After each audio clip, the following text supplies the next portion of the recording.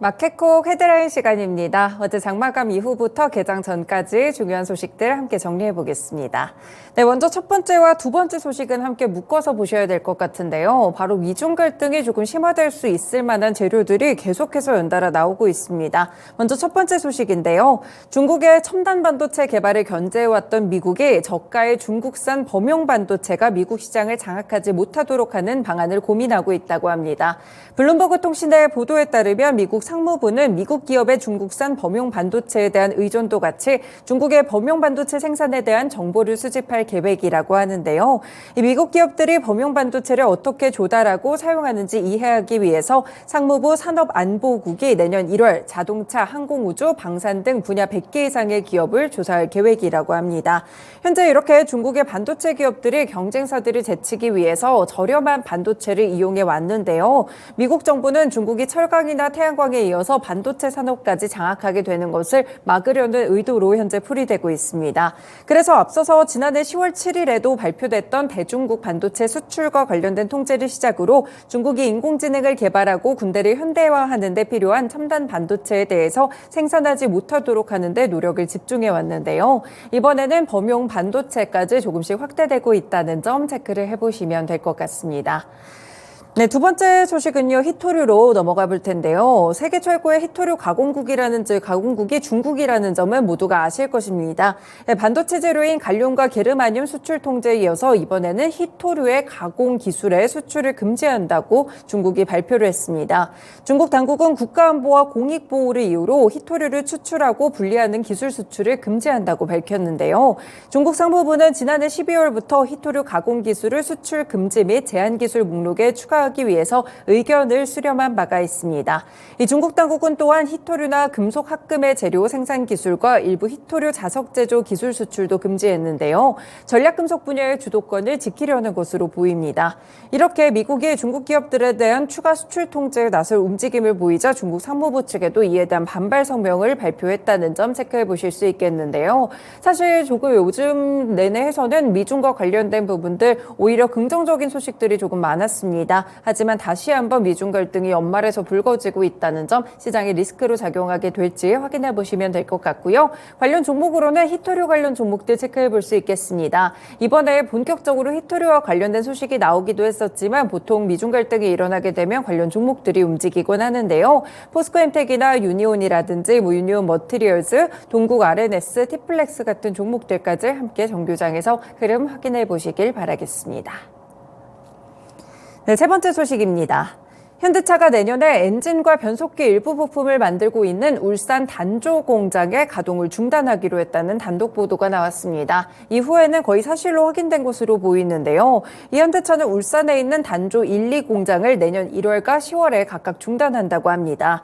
이 단조 공장은 금속을 두들기거나 눌러서 필요한 형태로 만드는 사업장으로 보시면 될 것 같은데요. 운영 중단은 1991년 해당 공장이 가동된 이후 32년 만이라고 합니다.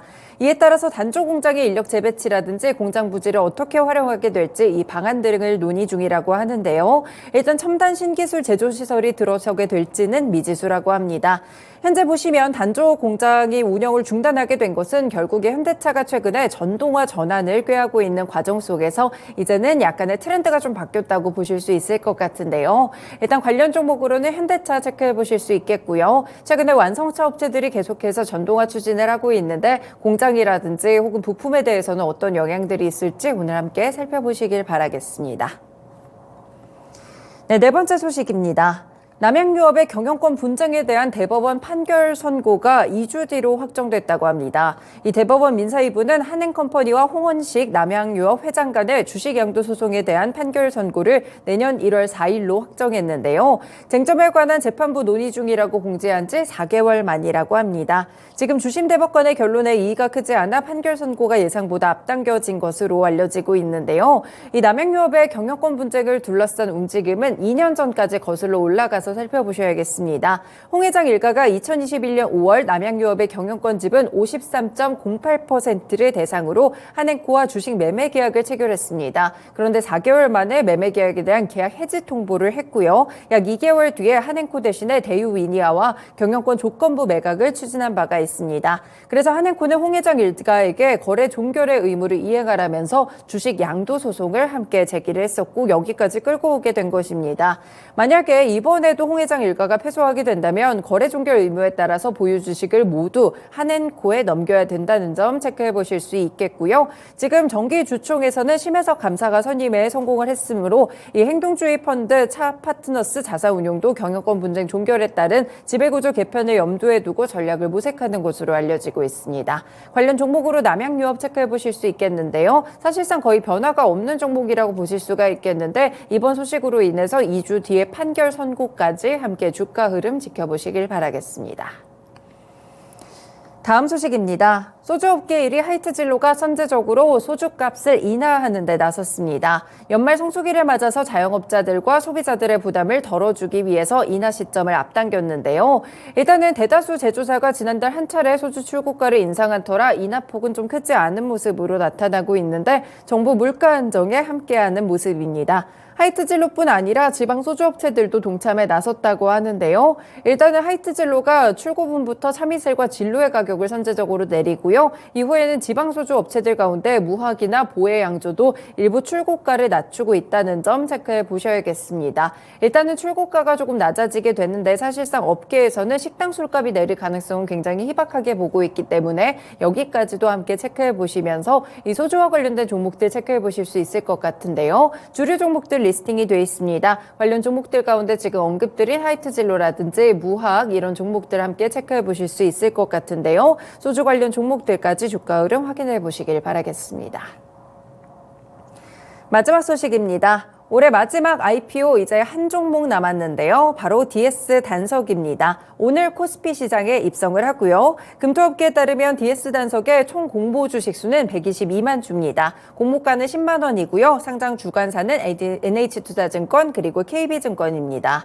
일단 DS 단석이 지난 5일부터 11일까지 기관 투자자 대상으로 수요 예측이 진행됐었는데 이 당시 341대 1의 경쟁률을 함께 기록했습니다. 공모가는 희망밴드 최상단을 초과하기 도 했었는데요. 그리고 지난 14일부터 15일 일반 투자자 대상의 공모 청약이 있었죠. 984.1대 1의 경쟁률을 기록했습니다. 청약에 대한 증거금은 총 15조 72억 원이 모였는데요.